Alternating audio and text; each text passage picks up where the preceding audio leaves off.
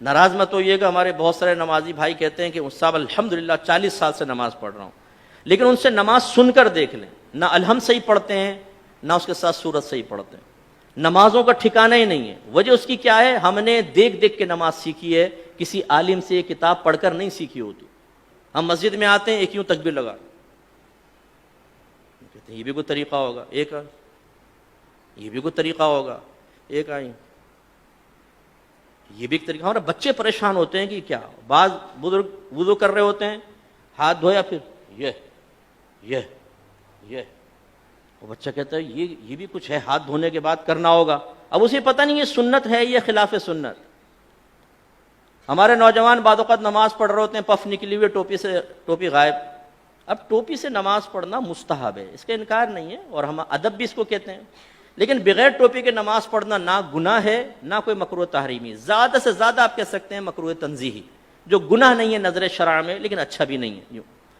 اب ہمارے کئی لوگوں کو دیکھا، وہ نماز پڑھ رہا ہے، ٹوپی لی اس کے سر پہ، اور پھر جمائیں گے اس کو تھوڑا سا نا تاکہ اچھی طرح وہ اپنی جگہ بنا لے، لیکن اس کے بال بھی ایسے آوارہ گرد اور ایسے دشمن ہوتے ہیں، بولتے خبردار جو ٹوپی ٹکی سر پہ، وہ رکوع میں جاتا ہے ٹوپی پہلے سجدے میں۔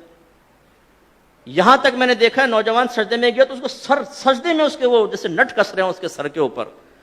ارے بھائی اس کو ٹوپی پہننا کوئی لازم نہیں تھا، آپ کا یہ اس کو اس طرح تنگ نہ کرنا واجب تھا، آپ نے کیا، آپ گناہگار ہوئے۔ سرکار نے تو نمازی کے آگے سے ایک قدم بڑھنا منع فرمایا، آپ پوری تباہ زمائی کر رہے ہیں اس کے سر کے اوپر ٹوپی لگانے کے سلسلے میں۔ ایسی بیٹا آنکھیں بند کر کے نماز نہیں پڑھتے ہیں، آنکھیں کھول کر پڑھتے ہیں۔ حالانکہ فقہ نے واضح لکھا ہے کہ اگر آنکھیں بند کر کے خشوع و خضوع زیادہ ہوتا ہے تو مستحب ہے کہ آنکھیں بند کر کے نماز پڑھیں، اور اگر آنکھیں کھول کر نماز پڑھنے سے خشوع و خضوع آتا ہے، دنیاوی خیالات سے نجات پاتے تو آنکھیں کھول کر پڑھنا مستحب ہے۔ سمجھانا کیا چاہ رہا ہوں، دین سیکھا نہیں ہوتا ہم نے، سنی سنائی بات یا مسجد میں آ کے وہی آبزرویشن کے ذریعے جو ہم نے سیکھا ہوتا ہے اسے دوسروں پر مسلط کر رہے ہوتے ہیں۔ بچہ بیٹھا ہوا ہے، پاؤں ہلا رہا ہے، بیٹا ایسے پاؤں نہیں ہلاتے، نحوست ہوتی، وہ بچہ رک جاتا ہے۔ اب بھائی کہاں سے نحوست ہوتی ہے یہ بتائیے، پاؤں ہلانا کہاں سے نحوست ہے؟ یہ تو کوئی نحوست نہیں ہے، شریعت نے تو کوئی منع نہیں کیا۔ لیکن وہی بچہ اگر فجر کی نماز چھوڑ رہا ہو تو اس کو اتنی سختی سے نہیں سمجھائیں گے نا، بچہ تھکا رہا ہے، رات میں سو گیا، کوئی بات، پوری رات محافل نعت میں شرکت کر کے سنی ٹناٹن قطعی جنتی نعت خانوں کی زبان پر فجر کی نماز چھوڑ رہا ہوتا ہے نا، نہ جماعت سے نماز پڑھے گا نہ فرض پڑھے گا، 4 بجے تک محفل ہوئی ہے، اس کے بعد اسکوٹر گھمایا، آ کے بستر پر سو گئے، مؤذن کہہ رہا ہے حی علی الصلاۃ حی علی الفلاح، اور وہ تصوراتی اور خوابی دنیا سے جواب دے رہا ہے کہ حضور نعت خوانی میں شرکت کر تو لیے، جنتی ہو تو چکا ہوں، بلا حساب و کتاب تو ہم جنت میں چلے جائیں گے۔ خود نعت خان نے شعر سنایا ہے، ہم رسول اللہ کے جنت رسول اللہ کی، یہ حی علی الصلاح حی علی الفلاح دوسرے لوگوں کے لیے ہے جو نعت خوانی میں شرکت نہیں کرتے، ان کے لیے ہو سکتا ہے، ہم تو جنتی ہیں۔ یہ ہم لوگوں کی حالت ہے۔ تو خلاصہ کلام یہ ہے کہ دین آپ سیکھیے۔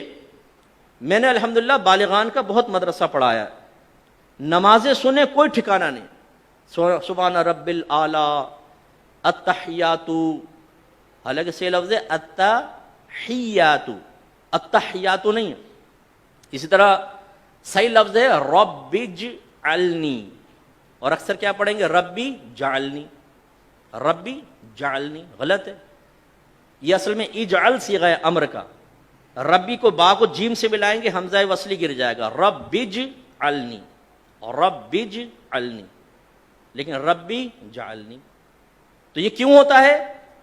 آپ میں سے بہت سو ہو سکتا ہے کتاب دیکھ کر بھی سیکھا ہو، لیکن آج سے 35 سال پہلے 40 سال پہلے، اب وہ بیچ میں جو غلطی آئی وہ پختہ ہوتی چلی گئی، بتائیے نہیں۔ اس لیے ناراض مت ہوئیے گا، آپ میرے بزرگ ہیں، میرے بڑے ہیں، جو بزرگ بیٹھے ہوئے جو ہم عمر ہیں اور جو چھوٹے ہیں وہ بچے ہیں، لیکن ایک دفعہ اپنی نماز کسی قاری صاحب کو سنا دیں۔ پہلی بات تو یہ کہ جس کو ڈر ہوگا نا، خوف کہ میں پھنسوں گا، وہ سنائے گا ہی نہیں، وہ کہے گا مفتی صاحب نے ٹھیک کہا لیکن اللہ کی رحمت بہت بڑی، اللہ معاف کرنے والا ہے۔ بھائی اللہ تعالیٰ رحمان ہے، رحیم ہے، لیکن وہ قہار و جبار بھی تو ہے۔ اس کی قہاریت اور جباریت کو فراموش کر کے صرف رحمانیت پہ نگاہ کرنا یہ نبیوں کا طریقہ نہیں ہے۔